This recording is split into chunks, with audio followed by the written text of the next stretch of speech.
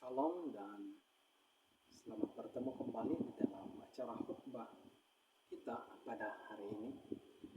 Pada hari ini kita akan membahas satu judul khutbah, yaitu musik dalam peribadatan umat Masih Advent hari ke-7. Sebelum kita membahas judul khutbah kita pada hari ini, mari kita tunduk kepala, saya pimpin di dalam doa. Bapa kami dalam sorga, pada saat ini ya Tuhan, kami ingin mendengar firman Tuhan lewat hamba-Mu ini.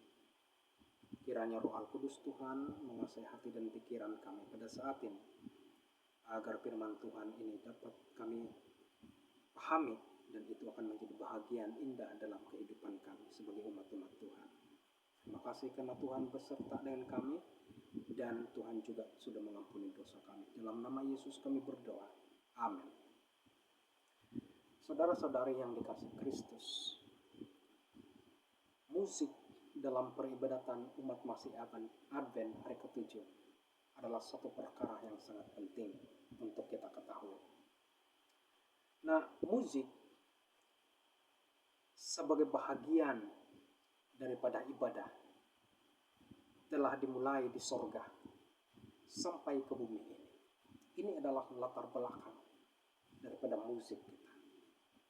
Musik itu berasal dari sorga sampai ke bumi ini.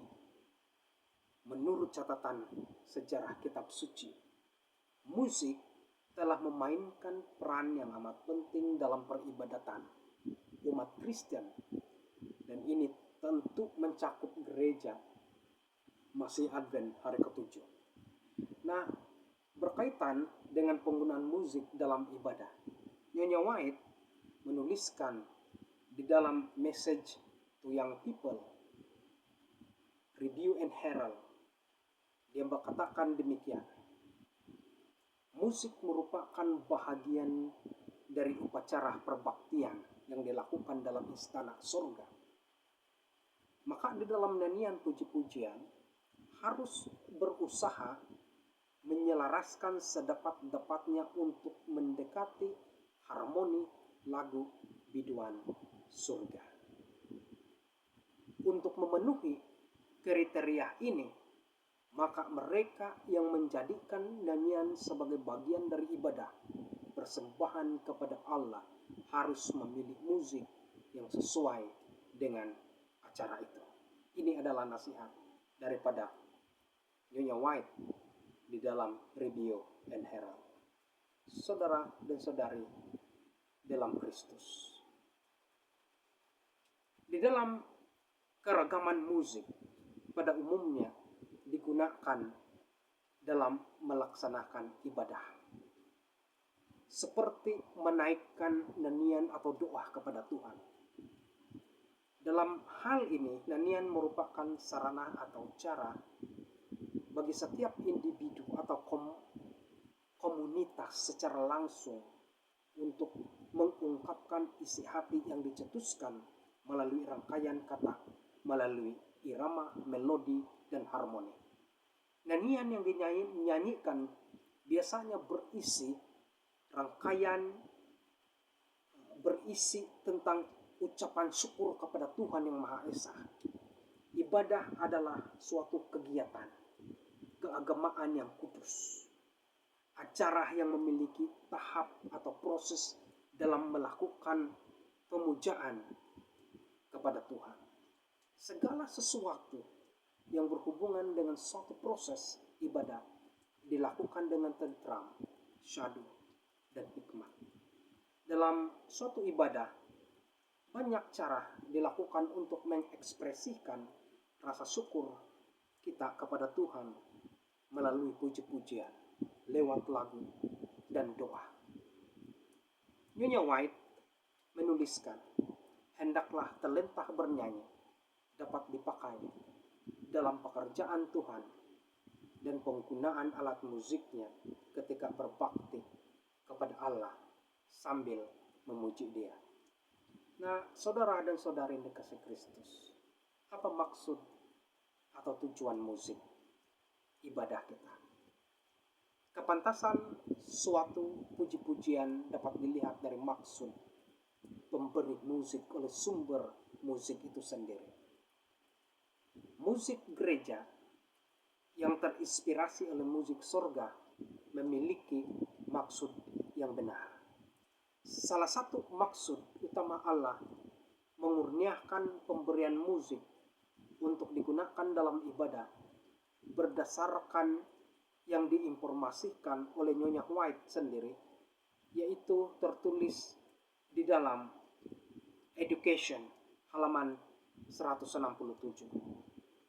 Nyonya Ellen White mengatakan seperti ini: memuliakan Allah dan mengangkat hati kepada Allah bukan menyanjung-nyanjung penyanyi, karena menyanjung penyanyi cenderung berakibat buruk pada penyanyi itu.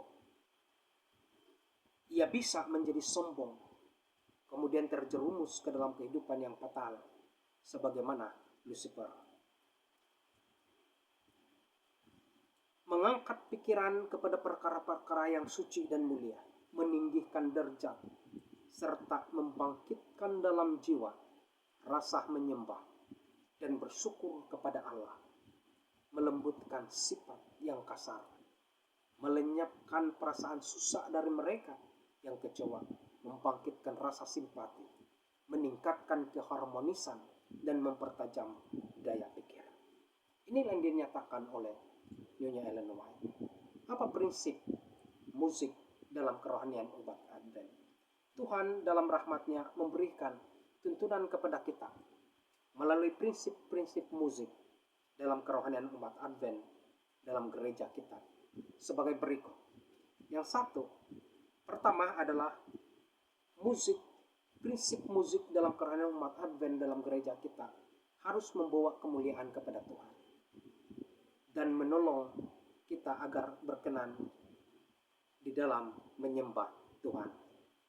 Dalam 1 Korintus 10 ayat 31 mengatakan, aku menjawab, jika engkau makan atau jika engkau minum atau jika engkau melakukan sesuatu yang lain, lakukanlah semuanya itu untuk kemuliaan Allah.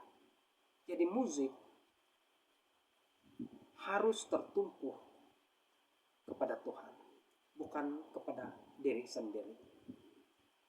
Prinsip musik yang kedua adalah musik itu tujuannya adalah untuk mengagungkan atau mengangkat dan menyucikan pikiran orang Kristen.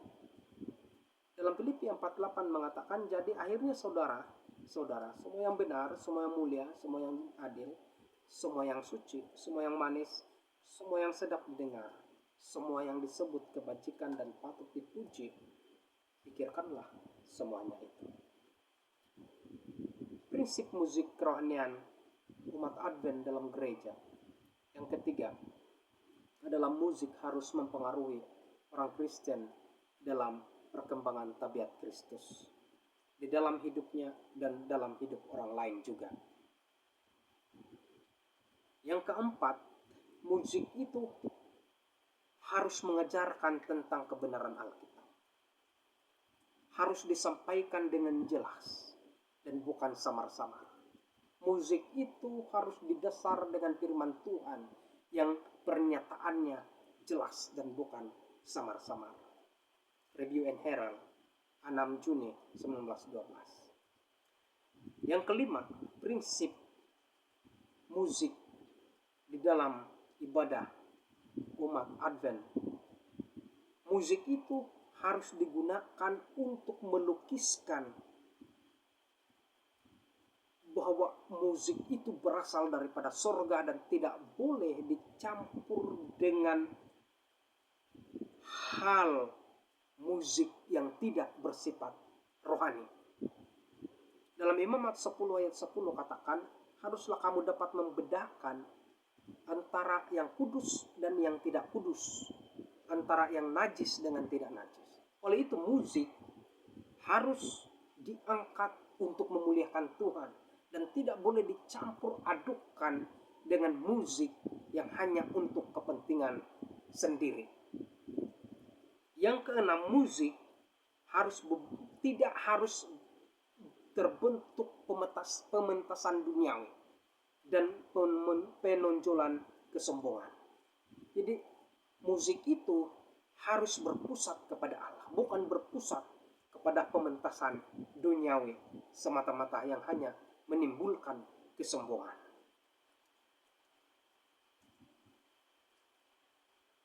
Yang seterusnya, musik harus memenuhi emosi intelektual dan rohani lebih dekat kepada Tuhan. Musik itu harus mempengaruhi emosi kita lebih dekat kepada Tuhan. Musik itu membuat intelektual dan rohani kita terarah kepada Tuhan. Jadi yang seterusnya, musik harus menjadi satu prinsip keagungan dan keunggulan yang tinggi untuk mencapai orang di mana mereka berada. Musik itu adalah satu prinsip keagungan dan keunggulan. Dan yang terakhir adalah musik harus sesuai dengan acara atau peristiwa dan hadirin. Nah saudara, musik yang pantas dan musik yang tidak pantas, ataupun musik yang tidak cocok untuk pujian dan penyembahan. Jadi ada musik yang pantas dan ada musik yang tidak cocok untuk pujian dan penyembahan. Nah, musik yang pantas dan musik yang tidak cocok untuk digunakan dalam ibadah umat masih Advent hari ke-7 diawali dengan penjelasan mengenai pentingnya pemilihan lagu yang dicakup dalam pembahasan mengenai musik yang pantas, ciri-ciri musik yang pantas dan tujuan musik itu, dan musik yang tidak cocok, yakni jenis dan cara menyanyikan lagu itu. Di dalam peribadatan, ibadah, musik harus disesuaikan terlebih dahulu. Artinya, pemilihan lagu sebelum acara ibadah itu dijalankan adalah suatu hal yang sangat penting. Karena musik adalah karya besar Allah yang bersumber dari hati Allah. Jika kita salah memilih lagu, maka itu akan menjadi kutuk kepada kita. Nah, itu sebabnya Ellen White di dalam Evangelism, dia mengatakan, menasihati kita seperti ini. Siapapun yang membuat nyanyian sebagai bahagian dari acara kebaktian harus memilih musik yang cocok untuk acara itu. Nah, untuk memilih lagu ada beberapa hal untuk dipertimbangkan, yaitu Allah hanya menghargai musik terbaik untuk digunakan dalam ibadah, di mana musiknya mampu menolong menyetel pikiran umat terarah kepada Allah dan bukan kepada penyanyi. Isinya bernada teologis dan harus mengekspresikan perasaan Kristen. Nah, apa musik yang tidak pantas di dalam ibadah kita? Musik gereja terlihat sekarang ada yang pantas, ada yang tidak pantas. Musik yang pantas memiliki ciri-ciri dan fungsi dan tujuan yang benar, saudara. Musik adalah karya besar Allah yang bersumber dari hati Allah. Jika benar digunakan musik, musik akan merupakan satu berkat yang besar. Tetapi bila salah dimanfaatkan, akan menjadi sebuah kutuk yang paling mengerikan. Ini dinyatakan sendiri oleh Nyonya White dalam Testimonies for the Church.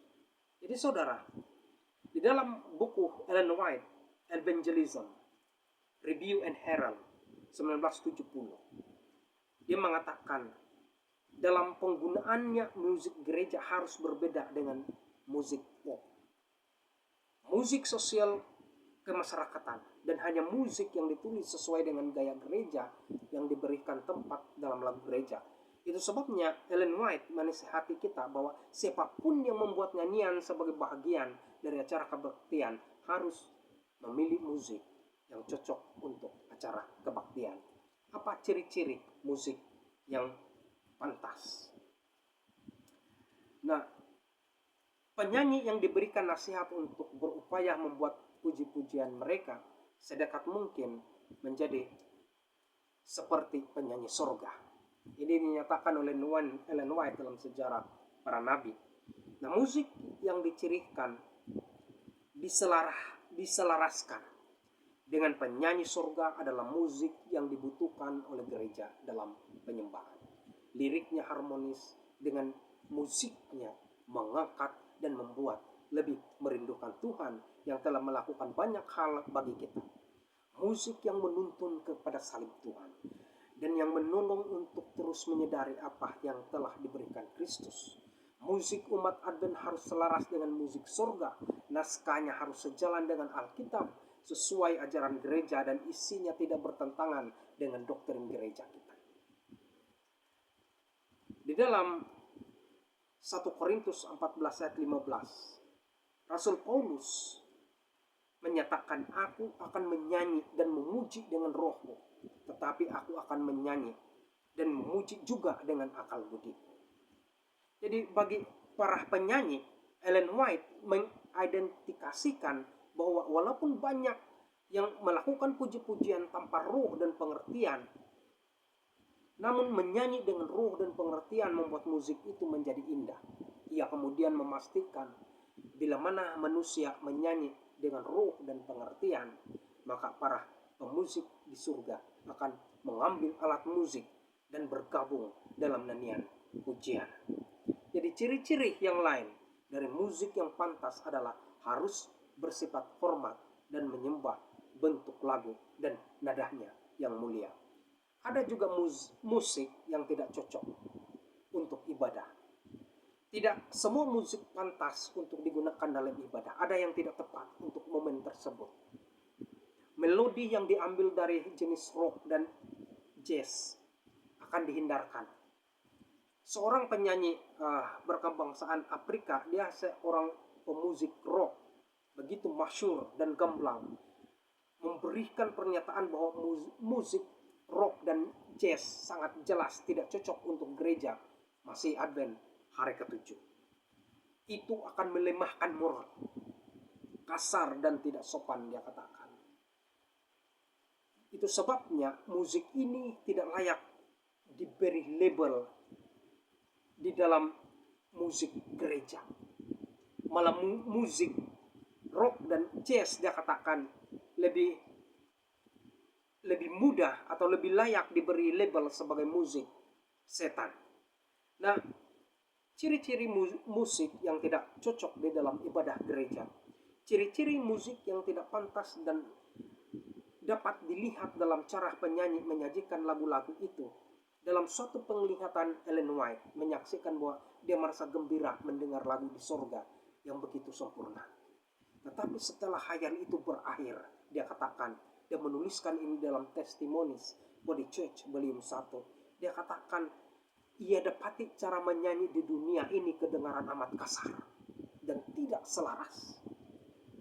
Yang menjadi penyebab musik di dunia ini tidak selaras dengan musik surga adalah berhubungan dengan cara menyanyi. Musik di dunia ini dinyanyi secara sambrono. Lagu yang dinyanyikan secara sembrono, yang hanya cocok di tempat dansa. Dan ini membuat malaikat-malaikat suci dengan wajah yang sedih beranjak dari tempat orang-orang yang menyanyi itu. Karena nyanyian yang disampaikan hanya cocok di tempat dansa, dinyanyikan secara sembrono. Nah, Rasul Paulus menasihati jemaat untuk tidak menjadi serupa dengan dunia. Dalam Roma 12 ayat 12. Umat Kristen sekarang harus mendisiplin diri dengan cara menghindari dari pujian-pujian hanya bersifat emosional dan hiburan belaka. Sebagai kesimpulan daripada khotbah kita pada kali ini, musik yang pantas untuk pujian dan penyembahan adalah menghormati dan memuliakan Tuhan, bukan menyanjung penyanyi. Naskahnya harus sejalan dengan doktrin gereja dan mengungkapkan iman Kristiani, menyanyi dengan roh dan pengertian, mengangkat hati kepada Allah, melenyapkan perasaan susah dari mereka yang kecewa, membangkitkan rasa simpati. Musik yang tidak pantas cenderung bersifat keduniawian, biasanya ditandai dengan improvisasi yang berlebihan dan teriakan. Nah, musik jenis ini membuat malaikat meninggalkan penyanyi itu. Bertepuk tangan atau aplaus juga tidak cocok untuk diperagakan dalam puji-pujian dalam ibadah. Sebab selain hanya dipakai sebagai ungkapan penghargaan dan aktivitas sosial, tepuk tangan tidak pernah digunakan sebagai bagian dalam ibadah perjanjian lama maupun perjanjian baru. Dan praktik ini hanya menyanjung penyanyi, bukan memuliakan Tuhan. Jadi musik digunakan untuk kemuliaan Tuhan. Itu bisa menjadi suatu berkat besar jika digunakan dengan benar. Tapi bisa menjadi alat setan yang paling berhasil untuk menjerat pikiran terhadap hal-hal yang tidak suci jika musik itu disalahgunakan. Jadi saudara dan saudari kasih Kristus, untuk mendapatkan musik berkualitas yang akan digunakan dalam aktivitas ibadah umat Masih Advent hari ke-7, maka adalah sangat bijaksana bila musik yang ditampilkan oleh para pelayan musik di dalam ibadah diseleksi terlebih dahulu. Kesanggupan dalam bidang musik adalah karunia Allah yang sangat berharga. Oleh itu, kita semua, pendeta-pendeta, pemimpin gereja, pemimpin musik, dan siapa saja memiliki pengetahuan tentang musik gereja, perlu menggunakan waktu mempelajari lebih jauh filsafat musik gereja, agar musik gereja ini dapat dipamerkan sesuai dengan kehendak Allah. Dan biarlah kita menggunakan musik ini menjadi suatu berkat yang besar kepada kita. Dan kita boleh memuliakan Tuhan dengan musik dan puji-pujian yang kita panjatkan kepada Tuhan. Kiranya Tuhan memberkati kita melalui khotbah ini. Sebelum kita berdoa, kita penyanyi sebuah lagu di dalam buku lagu pujian masa ini. Di dalam nomor 57, maafkan saya, nomor 57, lagu pujian masa ini. Sudahkah darahmu Yesus? At the cross. Kita nyanyikan sama-sama. Mari kita nyanyikan. Sudahkah darahmu Yesus tertumpah untukku? Sudahkah engkau disiksa agar selamat aku? Disalib aku pandang terang, dan beban hatiku semua hilang. Aku percaya hatiku tenang, dan seumur hidupku senang. Tangisanku tak dapatlah membayar hutangku. Dirimu kamu serah, ya Yesus, padamu. Disalib aku pandang terang, dan beban hatiku semua hilang. Aku percaya hatiku tenang, dan seumur hidupku senang. Kita berdoa. Bapa kami dalam surga, terpujilah nama Tuhan oleh karena kasih Tuhan yang begitu besar buat kami. Terima kasih atas firman yang sudah kami dengar sebentar tadi. Kiranya firman Tuhan itu mengangkat jiwa rohani kami lebih dekat kepada Tuhan. Ampuni dosa kami, dalam nama Tuhan Yesus kami berdoa. Amin. Terima kasih dan Tuhan memberkati.